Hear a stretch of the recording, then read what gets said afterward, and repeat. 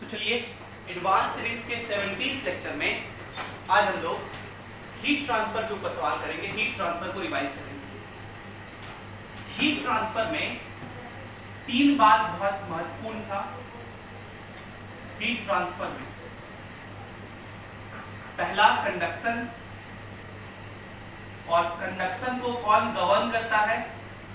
Fourier law. Solids में होता है, रॉड में, और इसको कौन गवर्न करता है? Fourier law. इसमें हम लोग पढ़े थे कि जो रेट ऑफ हीट फ्लो होता है h, basically Q/T, energy per second जो फ्लो करता है वो होता है Ka T1 - T2 /L।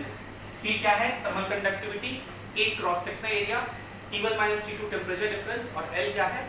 Length. ये h होता है Ka T1 - T2 /L। दूसरा कंडक्शन पर है हम लोग। कंडक्शन को कौन गवर्न करता है? Newton's law of cooling, NLC। और इसमें लोग क्या पढ़े थे? -dq/dt is equals to small k times theta minus theta naught, sorry theta minus theta s, minus d theta/dt, minus d theta/dt हम लोग क्या पढ़ते हैं? Rate of cooling. Rate of cooling, जिस रेट से टेम्परेचर घट रहा हो इसको आप बोल सकते हो rate of decrease of temperature. जिस रेट से टेम्परेचर किसी बॉडी में घट रहा हो, minus d theta/dt is equals to k into theta minus theta s। तो ये हम लोग न्यूटन्स लॉ ऑफ कूलिंग पढ़े थे। इसको इंटीग्रेट वगैरह करके निकालते हैं, इसको इधर भेज देते हैं, इंटीग्रेट करते हैं तो आता है formula ln theta naught minus theta s by theta minus theta s is equals to small kt। ये फॉर्मूला भी आपको ध्यान रखना है। यहाँ t टाइम है, k कांस्टेंट है, इसका कोई नाम नहीं होता स्मॉल k का। थीटा नॉट इनिशियल टेम्परेचर है बॉडी का, थीटा नॉट इनिशियल टेम्परेचर है ऑफ बॉडी, और थीटा जो है वो सराउंडिंग टेम्परेचर है बॉडी का। सॉरी, थीटा जो है वो फाइनल टेम्परेचर है बॉडी का। Temperature of body at time t है, और थीटा s क्या है? Surrounding temperature. थीटा s क्या है? Surrounding temperature. तो आपको ये फॉर्मूला याद रखना है। और थर्ड जो आपको ध्यान में रखना था वो था radiation. Radiation mode of heat transfer. Radiation mode of heat transfer, इसमें 2 लॉ महत्वपूर्ण थे। पहला veins displacement law. Veins displacement law, veins displacement law ये कहता है कि जब कोई ब्लैक बॉडी एनर्जी इमिट करता है तो वह वेवलेंथ, जिसको हम लोग लैम्डा मैक्स कहते हैं, वह वेवलेंथ जो कि मैक्सिमम नहीं है, वह वेवलेंथ जिसके कॉरस्पॉन्डिंग इमिशन मैक्सिमम है उसको लैम्डा मैक्स कहते हैं, इनटू एब्सोल्यूट टेम्परेचर। इसका प्रोडक्ट B के बराबर होता है क्योंकि कांस्टेंट होता है। B क्या है? कांस्टेंट। वेन्स कांस्टेंट कहते हैं इसको, वेन्स कांस्टेंट, और इसकी वैल्यू होती है 0.288 into 10⁻⁻² मीटर केल्विन। T क्या है? टेम्परेचर ऑफ बॉडी, इसमें केल्विन में। और लैम्डा मैक्स क्या है? Wavelength corresponding to which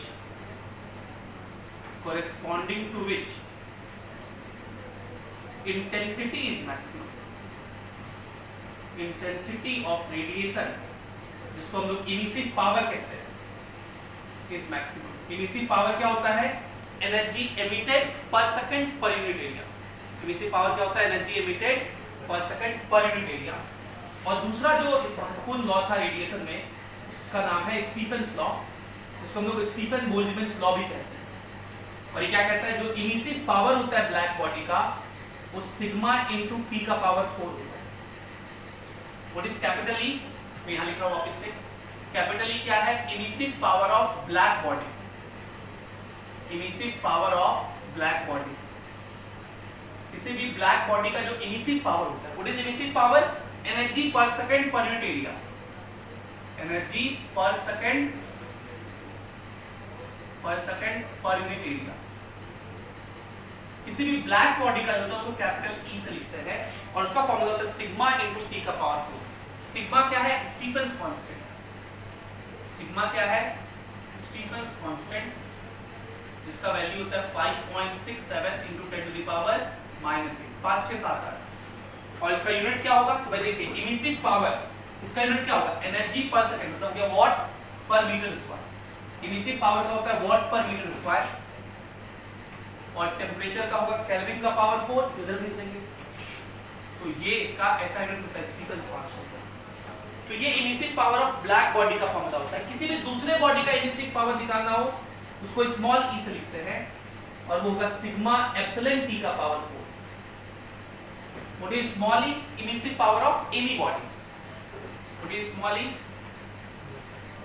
emissive power of any body. Emissive power of any body. और एप्सिलॉन क्या है? इमिसिविटी, जो कि कांस्टेंट होता है हर बॉडी के लिए, दिया रहता है 1 से कम होता है, ब्लैक बॉडी के लिए 1 होता है। और इमिसिव पावर क्या होता है? h by a। h by a को इमिसिव पावर कहते हैं। तो h उधर चला जाएगा, सिग्मा एप्सिलॉन a t का पावर 4। ये फॉर्मूला होता है एनर्जी पर सेकंड का। h क्या है? Energy per second. h क्या लिखे थे ना? h क्या है? Energy per second. पर सेकंड कितना एनर्जी ट्रांसफर हो रहा है। और अगर सराउंडिंग टेम्परेचर हो तब वो फॉर्मूला किस में कन्वर्ट हो जाता है? मैं फाइनल यहां लिख देता हूं, h is equals to sigma epsilon a t का पावर 4 माइनस ts का पावर 4। इसमें वो कन्वर्ट हो जाता है फॉर्मूला। तो आपको ये सारी बातें याद रखनी थी। हीट ट्रांसफर का ये थ्योरी था। अब इस पर हम लोग सवाल शुरू कर रहे हैं।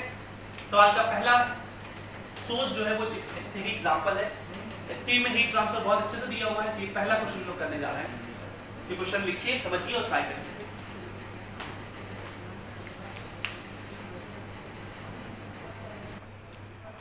चलिए, तो सवाल है ये है कि एक लार्ज टैंक ऑफ वाटर है। तो what is the meaning of large tank? Large tank का मतलब इससे अगर हीट ट्रांसफर भी हो जाए तो इसके टेम्परेचर पे कोई फर्क नहीं पड़ेगा। ये लार्ज टैंक है, इसका टेम्परेचर थीटा नॉट है, ये हीट ट्रांसफर करते रहेगा, देते रहेगा ये, लेकिन इसका जो टेम्परेचर चेंज होगा बहुत नेग्लिजिबल होगा। आप उसको कांस्टेंट ट्रीट करेंगे, मतलब थीटा नॉट क्या रहेगा? कांस्टेंट रहेगा। इसमें लिख दिया वैसे at constant temperature theta naught and a small vessel containing a mass small m। ये एक वेसल है, स्मॉल है, इसमें जो पानी है उसका मास कितना है? m, और इसका टेम्परेचर कितना है? थीटा 1। और कुछ में दिया हुआ है कि थीटा 1 जो है थीटा नॉट से कम है, मतलब ये टेम्परेचर ज्यादा है, ये टेम्परेचर कम है। तो क्या होगा भाई? हीट प्रोपेगेट करेगा हाई टेम्परेचर से लो टेम्परेचर की तरफ, इधर से इधर की तरफ हीट प्रोपेगेट करेगा। जैसे से हीट प्रोपेगेट करेगा ये टेम्परेचर तो कांस्टेंट रहेगा, लेकिन इसका टेम्परेचर क्या होगा? बढ़ेगा। किसी इंस्टेंट पे टेम्परेचर थीटा होगा। थीटा क्या होगा? Temperature at any instant. किसी इंस्टेंट पे इसका टेम्परेचर कितना होगा? थीटा। कह रहा है कि find the time taken for the temperature in the smaller vessel to become theta 2। कितने टाइम में ये टेम्परेचर कितना हो जाएगा? थीटा 2, मतलब यहां से थीटा 2 आने में कितना टाइम लगेगा, ये पूछा है। हम लोग ये कह रहे हैं किसी इंस्टेंट पे अगर टेम्परेचर थीटा है तो उस इंस्टेंट पे किस रेट से इसमें हीट प्रोपेगेट हो रहा होगा वो लिख सकते हैं हम लोग। किसी रॉड में, ये तो एक रॉड है, इस पॉइंट से इस पॉइंट तक किस रेट से हीट प्रोपेगेट होता है तो कंडक्शन में फूरियर लॉ बताता ही हमें। कैसे पता चला? कंडक्शन का फॉर्मूला है, रॉड है, रॉड के थ्रू हीट ट्रांसफर हो रहा है यहां से आता है, तो रॉड में जब हीट ट्रांसफर होता है उसको कंडक्शन कहते हैं। तो H क्या लिखेंगे हम लोग? K, इसका thermal conductivity K, cross section area A into temperature difference. तो ये थीटा नॉट, और इसका किसी इंस्टेंट पे क्या लिखेंगे? थीटा बाय लेंथ, जितना प्रोपेगेट किया है L। और H बेसिकली क्या होता है? Rate of heat propagation. तो dt टाइम में कितना हीट ये इसको दे देगा वो निकाल सकते हैं। ये है पर सेकंड कितना हीट दे रहा है। H क्या होता है? Q by T, heat propagating पर सेकंड। तो dt टाइम में कितना हीट दे देगा? तो लिखेंगे heat supplied to smaller container, heat supplied to smaller container in dt time, in dt time वो कितना होगा? इतना into dt, Ka theta naught minus theta by L into D T. और ये हीट कहाँ गया, ये हीट इसके टेम्परेचर को बढ़ाने चला गया, तो dt टाइम में इतना हीट दिए, dt टाइम में इसका टेम्परेचर चेंज होगा, उसको हम लोग क्या कहेंगे d थीटा। जो टेम्परेचर चेंज होगा हो कितना जाएगा, थीटा प्लस d थीटा। तो कितना का चेंज हुआ, d थीटा का। और वो टेम्परेचर चेंज किसका हुआ, इस मास ऑफ वाटर का। तो ये कितना हीट लिया उसका फॉर्मूला तुम लोग जानते हैं, ms डेल्टा t। इसका मास m इनटू इसका specific heat s into delta t, final temperature minus initial temperature. तो theta plus d theta minus theta कितना हो जाएगा, d थीटा। अब यहाँ पे हम लोग को dt निकालना है, तो dt एक साइड है जी, बाकी सबको उधर भेज दीजिए। तो ms into l by ka d theta by theta naught minus theta है, इसको मैं थीटा माइनस थीटा नॉट लिख देता हूँ, माइनस बाहर, ये सब कांस्टेंट है, इधर इंटीग्रेट कर दीजिए। जब टाइम 0 है तब थीटा, बॉडी का टेम्परेचर कितना है, थीटा 1। किसी टाइम t पर टेम्परेचर कितना हो जा रहा है, थीटा 2। आपको t बताना है, dt का इंटीग्रेशन t हो गया, t माइनस 0 t ही रह जाएगा, minus ms l by k d theta by theta का इंटीग्रेशन ln थीटा हो जाएगा। तो ln theta minus theta naught, ये इंटीग्रेट हो क्या गया, और लिमिट पुट करेंगे थीटा 1 से थीटा 2, ये t हो जाएगा minus ms l by k minus ms l by k। पहले अपर लिमिट पुट करिए, तो क्या हो जाएगा ln theta 2 minus theta naught, theta के जगह फिर माइनस लोअर लिमिट पुट करिए, ln थीटा 1 माइनस थीटा 1। ये लिखा हुआ है ln a minus ln b, ln a by b हो जाएगा, मतलब दिस बाय दिस, लेकिन माइनस है तो माइनस को भेजेंगे तो उल्टा हो जाएगा। तो ms l by ka ln theta 1 minus theta naught by theta 2 minus theta, ये हम लोग का आंसर हो जाएगा।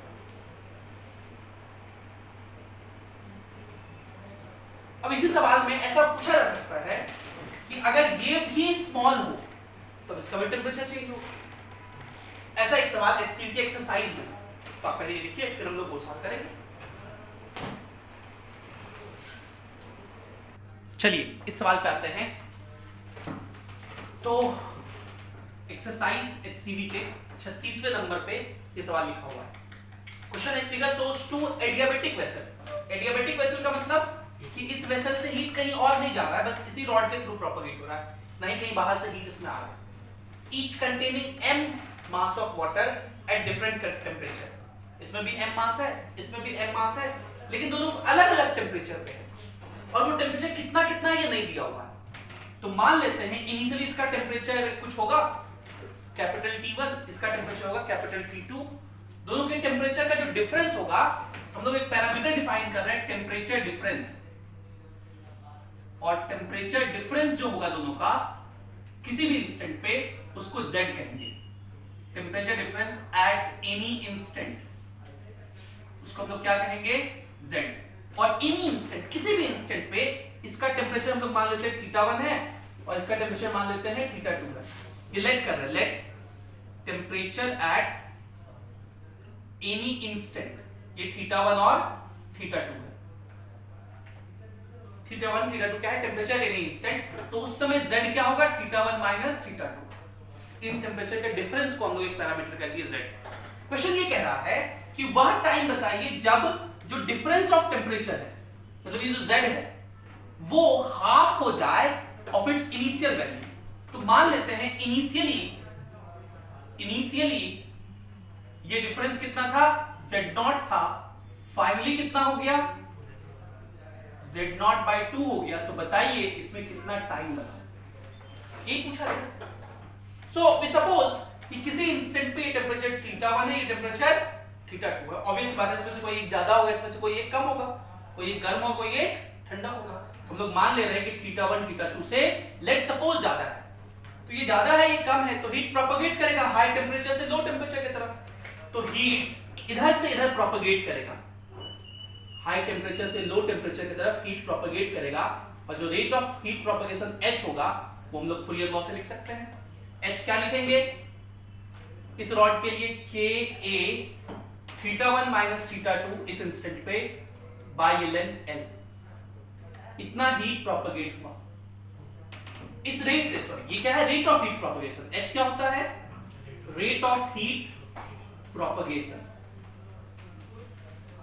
dt टाइम में क्या होगा, इतना इंटू dt हीट चला गया, कहां से गया, यहां से गया और यहां तक गया। सो इन dt टाइम हीट फ्लो कितना होगा, h dt। ये हीट फ्लो हुआ और ये हीट किसको मिला, इसको, इसकी वजह से इसका टेम्परेचर क्या हो गया होगा, बढ़ गया होगा। अभी टेम्परेचर θ2 है, बढ़ के कितना हुआ होगा, θ2 प्लस dθ2, बोलिए, तो इसका टेम्परेचर बढ़ गया। तो इसके लिए लिखिए इक्वेशन, इसके लिए हीट क्या लिखेंगे, मास m into specific heat s into delta t, final temperature minus initial temperature, वो कितना होगा dθ2 और वो उसका वैल्यू कितना h dt, पहला equation. Same amount of heat h dt इसने दिया, जिसकी वजह से इसका टेम्परेचर घट गया होगा, पहले θ1 था, अब कितना हो गया होगा, θ1 माइनस dθ1, घट गया होगा। इसके लिए अगर हीट का इक्वेशन लिखेंगे तो क्या लिखेंगे, इसका ही मास तो m ही है, स्पेसिफिक हीट ऐसी ही है, लेकिन temperature change, final minus initial, minus dθ1 लिखना पड़ेगा, जो कितने के बराबर है, h dt के बराबर है। अगर आप इस दोनों इक्वेशन को ऐड कर दीजिए, इक्वेशन 1 प्लस इक्वेशन 2 कर दें, तो ms common dθ2 minus dθ1 is equals to h 2h dt, add किए तो 2h dt, यहां लिख दीजिए ms, d भी कॉमन ले लीजिए, θ2 माइनस θ1, और ये θ2 माइनस θ1 क्या है, किसी भी इंस्टेंट का टेम्परेचर डिफरेंस, लेकिन वो है θ1 माइनस θ2, ध्यान रखिएगा। तो अगर हम लोग इसमें माइनस कॉमन ले लेंगे, इसको क्या लिख सकते हैं, ms dz, ये d लिख दिए और माइनस कॉमन लेंगे तो θ1 माइनस θ2 बचा, जो कि z है, is equals to 2h dt। आखिरी बार यहां सवाल कर दीजिए, minus ms dz is equals to 2 और h का वैल्यू तो पता है, ka by l into θ1 minus θ2, and what is θ1 minus θ2 basically, z temperature difference, तो z into dt, इस z को इधर भेज दीजिए, बाकी उसको उधर भेज दीजिए, तो dz by z is equals to 2ka by msl into dt, और इंटीग्रेट कर दीजिए। जब टाइम 0 था तब जो टेम्परेचर डिफरेंस था वो z0 था, कितने टाइम बाद टेम्परेचर डिफरेंस z0 by 2 हो जाएगा, dz by z का, अच्छा ये माइनस वाला छूट गया, ये माइनस, dz by z का integration ln z, limit direct put कर देते हैं, तो ln z0 by 2 minus ln z0 is equals to minus 2ka t by msl, ln a minus ln b, ln a by b होता है तो ln 1 by 2 होगा, minus को इधर भेज देंगे तो ln 2 हो जाएगा, is equals to 2k at by msl। आपसे t पूछा था तो t की वैल्यू क्या हो जाएगी, msl ln 2 by 2k। This will be the time after which the temperature difference will become half of its basic value. So what we did, हम लोग मान लिए कि किसी इंस्टेंट पर टेम्परेचर θ1 था, इसका टेम्परेचर θ2 था, डिफरेंस को z कहते हैं। आपसे कह रहा है कि ये z इनिशियली z0 था, फाइनली z0 by 2 हो गया, इतना होने में कितना टाइम लगा ये बताइए। हम लोग उस इंस्टेंट पे हीट प्रोपगेशन का रेट लिख दिए, कहे dt टाइम में कितना हीट प्रोपगेट करेगा तो h dt, वो हीट इसको मिला तो इसका टेम्परेचर बढ़ गया, dθ2 हो गया, तो इसके लिए हीट का इक्वेशन लिख दिए। इसने हीट लॉस किया तो इसका टेम्परेचर घटा होगा, इसके लिए भी इक्वेशन लिख दिए और फिर तो सिंपली सॉल्व कर दिए। बस ध्यान ये देखना है ना कि dθ2 माइनस dθ1 में d कॉमन ले लिए तो θ1 माइनस θ1, θ2 माइनस θ1 हो गया, ये भी टेम्परेचर डिफरेंस से लिखा होगा, θ2 माइनस θ1 माइनस z होगा तो माइनस z लिख दिए और ये हो गया dz। अब पे से कुछ लोग सोच रहे हैं सर d कैसे कॉमन लिया जाता है, ऐसा कुछ नहीं है, जैसे ये है term z is equals to θ1 minus θ2, तो इस पे इसको डिफरेंशिएट करूंगा तो क्या लिखूंगा, dz is equals to dθ1 minus dθ2 लिखेंगे ना जी, डिफरेंशिएशन का रूल होता है, तो उसको सिंपली वैसे भी कभी-कभी कहा जाता है। इसको देखिए, अगला जो सवाल है 37 नंबर, उसमें क्या है कि इसमें तो दोनों मास सेम ही था, स्पेसिफिक हीट सेम था, अगले केस में मास अलग-अलग है, m1 m2 है, स्पेसिफिक हीट s1 s2, तब निकालना है सेम चीज। फिर इसको देखिए, फिर वो सवाल करेंगे।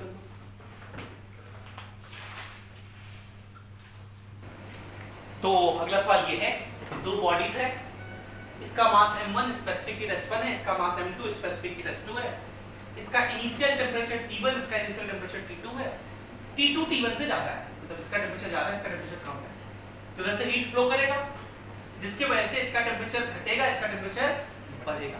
तो किसी इंस्टेंट पे कुछ टेम्परेचर डिफरेंस होगा, आपको बताना है कि वो temperature difference in terms of time, as a function of time कितना होगा, टाइम t के फॉर्म में उसका वैल्यू निकालिए।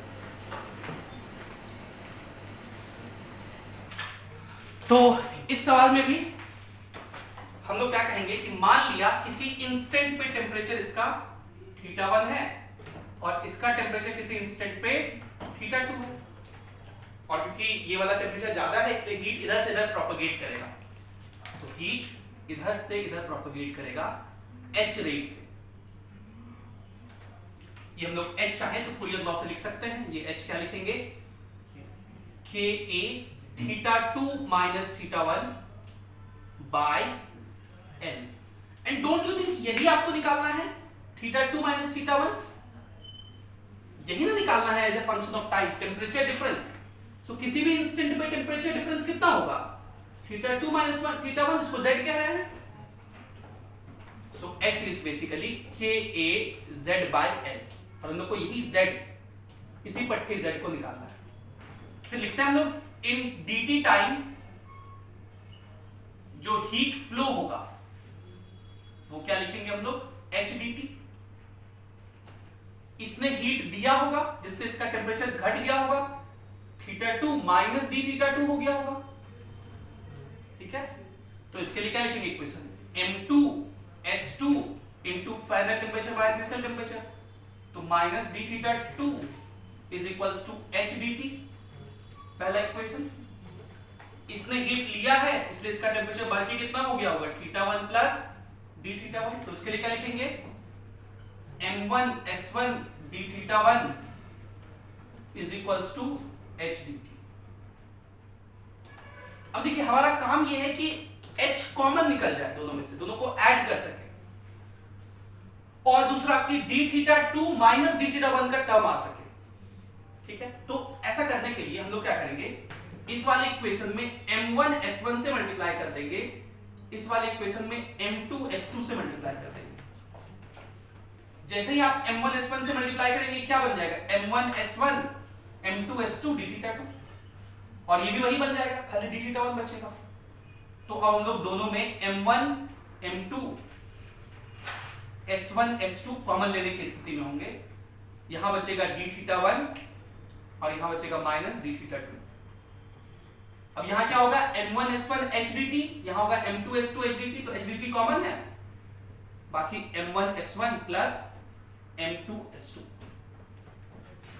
अब बस एक लाइन सॉल्व कर देना है, इस h की वैल्यू लिख देते हैं, h की वैल्यू क्या लिख दें, चलिए अगले स्टेप में लिख देंगे, ये m1 m2 s1 s2 bye ये वाला टर्म इधर भेज दीजिए, m1 s1 plus m2 s2, और ये d θ1 माइनस d θ2, θ2 माइनस θ1 को z कह रहे हैं, dz क्या होगा, d θ2 माइनस d θ1, तो ये हो जाएगा माइनस dz, और h क्या है, Kaz बाय L, तो z को हम लोग इधर भेज दिए, m1 s1 plus m2 s2 और इनटू ये वाला dt। इस माइनस को आप चाहो तो इधर भेज दो, या चलिए अभी ऐसे ले लेते हैं, इंटीग्रेट कर दीजिए, ये तो कांस्टेंट था, इंटीग्रेशन के बाहर आ गया, इधर टाइम t है, किसी टाइम मतलब जब टाइम 0 है तब ये z क्या है, टेम्परेचर डिफरेंस, तो इनिशियली टेम्परेचर डिफरेंस कितना था, T2 माइनस T1, और किसी टाइम t पे टेम्परेचर डिफरेंस z कितना होगा इन दोनों को बताना है, हो गया, dz by z का इंटीग्रेशन ln z, ये माइनस आ जाएगा, इस टर्म को हम लोग लैम्डा कह देते हैं, इस टर्म को क्या कह दे रहे हैं, लैम्डा, तो ये माइनस बाहर आ गया, dz by z क्या हो गया, ln z, तो ये हो जाएगा ln z by T2 minus T1, और ये माइनस लैम्डा था, इज इक्वल्स टू ये हो गया Ka। अच्छा एक सेकंड, ये वाला टर्म को हम लोग इधर भेज दिए थे, तो ये यहां बचा हुआ नहीं है, ये वाला टर्म को इधर भेज दिए थे ना, तो Ka dt K by L dt का इंटीग्रेशन t, इसको उधर भेज दीजिए माइनस लैम्डा को, तो अगले स्टेप पे इक्वेशन क्या लिखेंगे, ln z upon t2 minus t1 is equals to, इधर चला गया minus k a lambda by l into t, ln को उधर भेजेंगे तो एक्सपोनेंशियल बन जाता है, तो z bye t2 minus t1 क्या हो जाएगा, e का power minus k a by l minus K by L into lambda T, और z क्या हो जाएगा, t2 minus t1 into E का power minus K A by L into lambda T. यही आपसे पूछा गया है कि बताइए temperature difference as a function of time कितना होगा, and what is z, z is nothing but temperature difference. ये टेम्परेचर डिफरेंस आपसे पूछा गया था, so this will be our answer.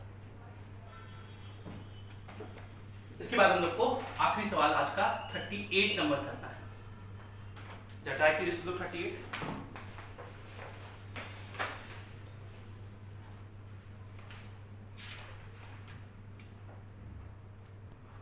तो आज का आखिरी सवाल HCV का क्वेश्चन नंबर 38, और यहीं से हम लोग का थर्मोडायनेमिक्स का भी रिवीजन शुरू हो जाता है। KTG थर्मो की बातें मैं भी थोड़ी बहुत बात बता दूंगा, फिर इस पे क्वेश्चंस तो मिलते ही रहेंगे। क्वेश्चन ये कि एक सिलेंडर है और ये सिलेंडर विथ लाइट पिस्टन है, तो सिलेंडर विथ लाइट पिस्टन किस प्रोसेस का एग्जांपल है, पहला बात तो यही करना हम लोग को। तो लाइट पिस्टन मतलब होता है मासलेस पिस्टन, लाइट का मतलब मासलेस, और मासलेस का मतलब net force zero. Light piston का मतलब इस पर नेट फोर्स क्या होगा, जीरो होगा। किसी भी इंस्टेंट पर इस पिस्टन का एफबीडी बनाएंगे तो ये जो गैस है वो प्रेशर लगाएगा P, जिसकी वजह से फोर्स होगा pressure into area of piston, और ऊपर से एटमॉस्फेरिक प्रेशर लगेगा PA, फोर्स होगा PA into A।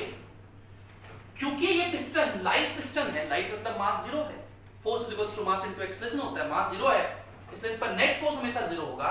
That means जितना फोर्स नीचे से लगेगा उतना ही फोर्स ऊपर से लगेगा। दिस इंप्लाइज कि pressure of gas is equals to PA, and this means it is an example of isobaric process, क्योंकि गैस का प्रेशर क्या रहता है, कांस्टेंट है, इसलिए किसका एग्जांपल है, आइसोबैरिक प्रोसेस।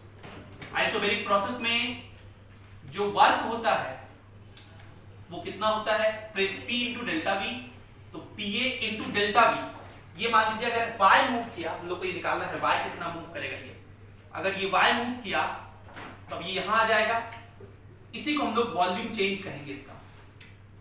पहले गैस इतने वॉल्यूम में है, अब ये गैस इतने वॉल्यूम में आ जाएगा, तो वॉल्यूम चेंज ये होगा AY के बराबर।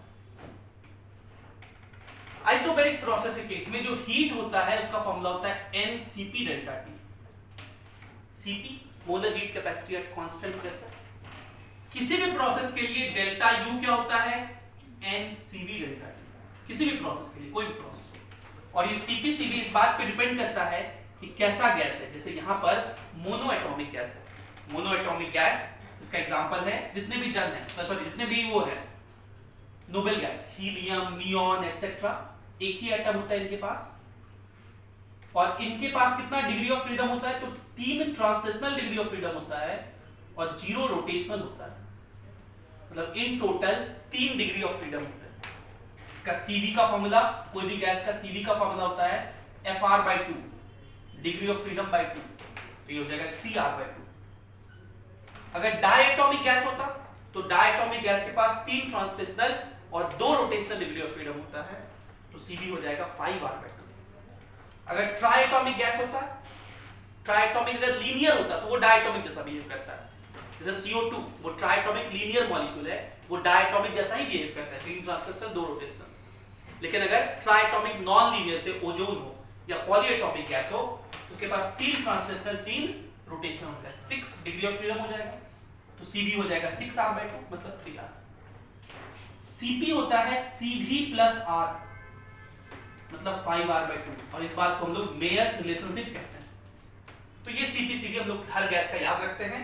मोनो एटॉमिक गैस का मैंने यहाँ लिख दिया, डायटोमिक गैस का बता दिया, 3 2 5 हो जाएगा, तो 5R/2 और 7R/2। CP/CV के रेशियो को गामा कहते हैं, CP/CV के रेशियो को गामा कहते हैं। ये कुछ बातें अभी यहाँ ध्यान में रखते हैं। अब सवाल ये है कि ये सिलेंडर है, सिलेंडर विथ लाइट पिस्टन है, उसका मतलब हम लोग समझ लिए। इसमें गैस रखा हुआ है n मोल, जो कि मोनोएटॉमिक गैस है, उसका इनिशियल टेम्परेचर T0 है, और जो सराउंडिंग टेम्परेचर है वो Ts है, और ये सराउंडिंग टेम्परेचर जो है वो ज्यादा है T0 से। That means heat will propagate, ये टेम्परेचर ज्यादा है तो हीट यहां से प्रोपेगेट करेगा अंदर की तरफ, हाई टेम्परेचर से लो टेम्परेचर की तरफ। आप पूछ सकते हैं कि सर बॉटम से काहे, वॉल से काहे नहीं प्रोपेगेट करेगा, पिस्टन से काहे नहीं करेगा? ये क्वेश्चन लिखा हुआ है कि if heat is conducted only through the bottom, किसके थ्रू हीट कंडक्ट हो रहा है? बॉटम से। और बॉटम के बारे में दिया हुआ है, जो बॉटम है उसका सरफेस एरिया A है, जो थिकनेस है वो x है, और थर्मल कंडक्टिविटी K है। तो जैसे जैसे हीट इसको मिलते जाएगा, इसका टेम्परेचर चेंज होते जाएगा। किसी इंस्टेंट पे इसका टेम्परेचर कितना मान लेते हैं हम लोग? T। So let T is temperature of gas at any instant T। किसी टाइम T पे जो टेम्परेचर गैस का है T है, इस टाइम पे किस रेट से हीट प्रोपेगेट हो रहा होगा? h। हम लोग निकाल सकते हैं, देखिए फूरियर लॉ, यहां से यहां जा रहा है हीट, तो क्या लिखेंगे? k a Ts minus T by x। और ध्यान दीजिएगा सराउंडिंग टेम्परेचर बहुत अफेक्टेड नहीं होगा इससे, सराउंडिंग टेम्परेचर कांस्टेंट रहता है। ये हीट इसको देगा, लेकिन सराउंडिंग टेम्परेचर क्या रहेगा? कांस्टेंट रहेगा। किसी टाइम t पे ये हीट प्रोपगेशन का इक्वेशन लिखेंगे। dt टाइम में सो कितना हीट मिलेगा? Heat flow in time dt वो कितना होगा? h dt। ये तो हीट है, जो कि dq कह सकते हैं। ये हीट इस गैस को मिला, ये गैस कौन से प्रोसेस से जाएगा? आइसोबैरिक प्रोसेस होगा। ये पिस्टन राइज करेगा धीरे धीरे, ठीक है, नेट फोर्स 0 रहेगा। नेट फोर्स 0 की वजह से गैस का प्रेशर हमेशा एटमॉस्फेरिक प्रेशर के बराबर है, मतलब ये आइसोबैरिक प्रोसेस है। और आइसोबैरिक प्रोसेस में हीट का क्या फॉर्मूला होता है? NCP delta T। लेकिन हम लोग ये फॉर्मूला नहीं लगा रहे हैं अभी, इसलिए नहीं लगा रहे क्योंकि हमें y निकालना है। हमें निकालना क्या है? Distance moved by piston y। हम लोग ये सोचना है कि इससे कैसे रिलेट कर पाए, इससे हम लोग कैसे रिलेट करेंगे? हम लोग याद करेंगे कि हम लोग पढ़े हैं first law of thermodynamics. First law of thermodynamics, और फर्स्ट लॉ ऑफ थर्मोडायनेमिक्स हमें ये कहता है कि किसी सिस्टम पे जो भी हीट देते हैं Q, वो दो चीज में आता है, डेल्टा U और W में। डेल्टा U और W में। इस सिस्टम के लिए Q क्या लिखेंगे? NCP delta T। Delta U क्या लिखेंगे? NCV delta T। और वर्क क्या लिखेंगे? PA into A into Y। तो इस सिस्टम के लिए आप क्या लिख पाएंगे? इसको इधर भेज दीजिए, n डेल्टा T कॉमन हो जाएगा, CP माइनस CV को R कहते हैं, अभी मैंने बताया मेयर्स रिलेशनशिप कहा जाता है इसको। तो ये हो जाएगा NR delta T is equals to PA into A into Y। मतलब अगर आपको Y निकालना है तो आपको सिर्फ और सिर्फ क्या पता करना पड़ेगा? डेल्टा T, मतलब dt किसी इंस्टेंट पे। अब ये h dt तो dq के बराबर है, तो हम लोग क्या करेंगे? dq के बराबर इसको लिख देंगे, और dq के जैसे ही बराबर लिखेंगे तो यहाँ पे डेल्टा t तो है ही, तो यहाँ से डेल्टा t कैलकुलेट हो जाएगा। तो देखिए हम लोग लिखते हैं h dt, तो k a Ts minus T by x into dt, इसको हीट मिला, इसके लिए क्या लिखेंगे? NCP d capital T। ध्यान दीजिएगा d स्मॉल t टाइम है, d कैपिटल T टेम्परेचर है। किसी इंस्टेंट पे टेम्परेचर T था, यहां से टेम्परेचर चेंज होकर कितना हुआ होगा? T plus dt। तो टेम्परेचर चेंज क्या लिखेंगे इसके लिए? dt। अब इस बात को हम लोग इंटीग्रेट वगैरह करके देखते हैं क्या आता है। तो इसमें सबसे पहले तो माइनस कॉमन ले लीजिए, माइनस KAX हो जाएगा ये, और ये NCP नीचे आ गया, इंटू dt बचा रहेगा, इधर बच गया dt by T minus TS, मैंने इसलिए कॉमन लिए थे। इसको इंटीग्रेट कर दीजिए। जब टाइम 0 है तब ये T है, ये यहाँ T है। What is T? Temperature of body. तो जब टाइम 0 है तब बॉडी का टेम्परेचर T0 है, किसी टाइम T पे उस बॉडी का टेम्परेचर T होगा। तो माइनस KA NXCP dt का इंटीग्रेशन T हो जाएगा, dt by T ln T होगा, तो ln T minus TS by T0 minus TS, ln T minus TS by T0 minus TS ये हो जाएगा। ln को उधर भेज देंगे तो वो E बन जाएगा, तो यहां से मिलेगा T minus TS is equals to T0 minus TS E का power minus K A T by N X C P. तो टी हो गया T S plus T naught minus T S into E का power minus K A T by N X, और CP हम लोग को पता है मोनो एटॉमिक गैस है ना, तो 5r/2 होता है, हम लोग लिख देते हैं 5r/2। ये इस गैस का टेम्परेचर हो गया किसी भी टाइम t पे टेम्परेचर ये होगा। हम लोग क्या निकालना है, y कितना होगा, तो y के लिए क्या फॉर्मूला लिखेंगे हम लोग, किसी भी इंस्टेंट पे y होगा nr by pa into a into delta T, और डेल्टा टी क्या लिखेंगे, t माइनस टी नॉट। तो रख दीजिए y हो जाएगा nr by pa into a into T minus T naught. इसमें टी नॉट माइनस करना है, यहां हो जाएगा T naught minus TS minus T naught खाली, ये हो गया TS minus T naught plus, इसको भी चाहे तो हम लोग टीएस माइनस टी नॉट लिख सकते हैं, यहां अगर माइनस लिख दे तो टीएस माइनस टी नॉट हो जाएगा ई का power minus 2ka bye 5nxr। और अगली लाइन में आप टीएस माइनस टी नॉट को कॉमन ले लीजिए तो वो बाहर आ जाएगा, तो मैं यही लेता हूं, यहां 1 बचा रह जाएगा, यहां पे ये सीधा सीधा बचा रह जाएगा, तो टीएस माइनस टी नॉट बाहर 1 माइनस ई का power. So this will be the variation of y, कितना वो हाइट जाएगा किसी टाइम t पर, ये हम लोग निकाल सकते हैं। And with this was the 17th lecture ending today. Thank you for being with us. Have a great day.